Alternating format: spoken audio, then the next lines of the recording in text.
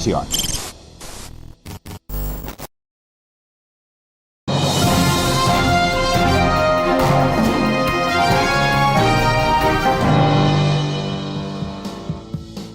Las asociaciones de trabajadores autónomos recibían ayer una nueva propuesta del ministro de Seguridad Social, José Luis Escrivá, sobre las reformas del sistema de cotización a la Seguridad Social de los trabajadores por cuenta propia. Entre las primeras reacciones, algo que extrañaba, que se empezaba a debatir ya desde ayer y que sigue hoy en el centro del debate, es esa propuesta de subir la cotización de los trabajadores con menores ingresos y bajar las de los ingresos más altos. Vamos a analizar realmente en qué consiste esta propuesta y cuál es la respuesta de algunas de esas organizaciones. Contamos ya con nuestro siguiente invitado, Curro Corrales, portavoz de UATAE. Curro, muy buenas tardes.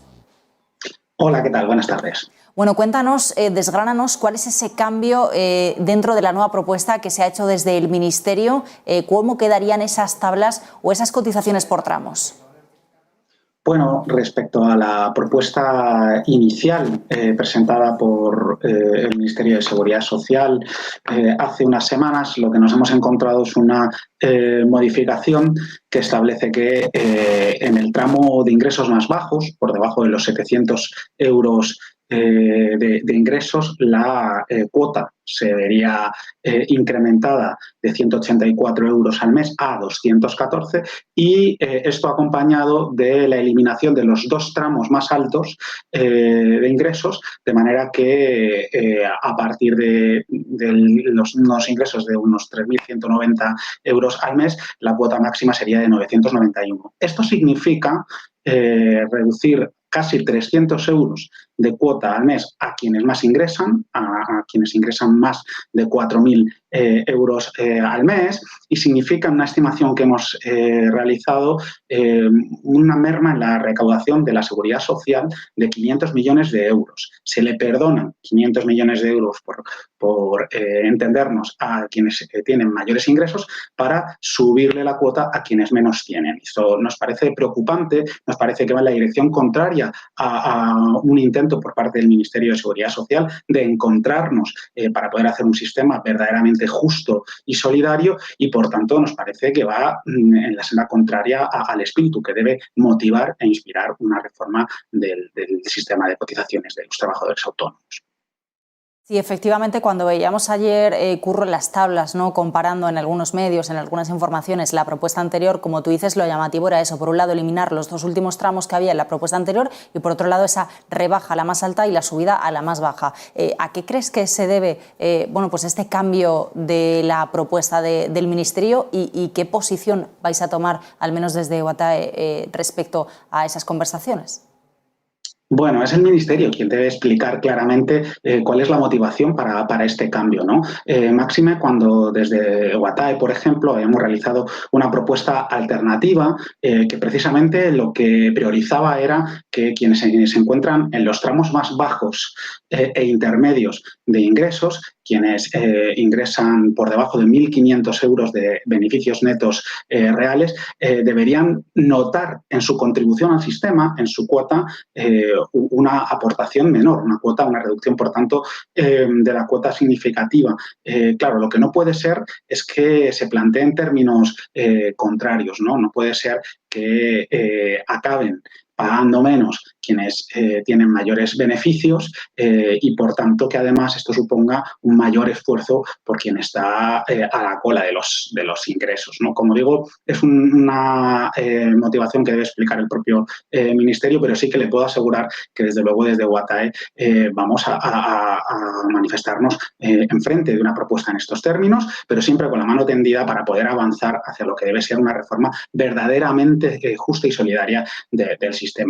Nos gustaría poner el acento, además, porque hablamos de a cuánto le toca pagar a cada uno. Desde luego es un sinsentido que esto se plantee en los términos que expresaba la propuesta del Ministerio de ayer, pero debemos completar esta visión sobre este tema tan sensible y tan importante sobre lo que es verdaderamente importante, ¿no? Que es mejorar y aumentar la protección social del colectivo. Quiero recordar que los trabajadores y trabajadoras autónomas tienen una pensión media que es un 40,6% inferior que la de una pensión de jubilación del régimen general, de un asalariado, ¿no? En el caso de las mujeres, un 50,6% inferior. Estos son 677 euros de pensión menos al mes. Las mujeres autónomas tienen que dejar de ser las jubiladas más pobres, ¿no? Es muy importante, por tanto, saber que de la sostenibilidad del sistema en términos de justicia contributiva, de que cada cual aporte lo que puede aportar, depende también el avance en derechos y el avance en la red de protección que nos debe pues preservar unas condiciones dignas ante las diferentes contingencias de la vida, ¿no? Desde la enfermedad, la maternidad, etcétera. Por eso echamos de menos no solo que el Ministerio no haya corregido determinados elementos de asimetría y de desigualdad que veíamos ya en su propuesta inicial, sino que además en este debate la protección social y la mejora de la protección social sea una de las grandes ausentes, ¿no? Tenemos que recuperar el impulso de lo que debe motivar la reforma del RETA, que es precisamente eso. Dentro de ese debate, dentro de esa propuesta, también estábamos muy pendientes, era una de las grandes promesas de la reforma de los autónomos sobre los ingresos reales, ¿no? Es una de las grandes palabras de las que se ha hablado en todos estos meses de vamos por fin a tener un sistema de cotización que refleje los ingresos reales. Tenemos esta propuesta de cuotas que, como nos explicas desde vuestro punto de vista, no sería la adecuada, pero es que también tenemos un cambio en lo que se cuenta o no como ingresos reales. Dentro de la propuesta que veíamos ayer, los ingresos reales estarán formados por los rendimientos netos más la cuota de la seguridad social, sin incluir deducciones de amortizaciones ni provisiones. ¿Esto qué significa? ¿Qué va a implicar en el cálculo? Bueno, a ver, esto que apuntas es muy importante, ¿no? Porque lo que es una situación absolutamente anómala y fuera de la lógica de un sistema que debe protegernos, como es el de la seguridad social, es que aporte lo mismo al sistema pues una zapatera de un comercio de barrio que a duras penas llega a un salario mínimo interprofesional, un equivalente a esos ingresos en su facturación, en sus rendimientos netos, que pues una señora banquera que termina aportando lo mismo si así decide hacerlo, ¿no? Hay que acabar con esta anomalía, hay que entrar en el estado del bienestar con todas sus consecuencias y para eso, un elemento fundamental, como comentas, es si vamos a hacer un sistema en el que se aporta en función de lo que se rinde, ¿no?, en la actividad profesional, debe estar claro qué es lo que entendemos por ingresos reales, qué es lo que entendemos por rendimientos reales. Por eso, desde Guate nos parece que el término más acertado es el de beneficios netos reales, para visibilizar e ilustrar que se trata precisamente de aquello que supone un ingreso limpio, ¿no?, lo que va directamente al bolsillo del autónomo una vez descontados todos los gastos relativos y necesarios para el desarrollo de su actividad, ¿no? Estos son los gastos fiscalmente deducibles, pero también entendemos que otros, algún tipo de amortizaciones que no tienen esa consideración, o por ejemplo la propia cuota a la seguridad social es un gasto asociado a la actividad en la medida en que para poder trabajar tienes que tener esa aportación al sistema, tienes que estar protegido, entendemos que tiene sentido que se considere como tal.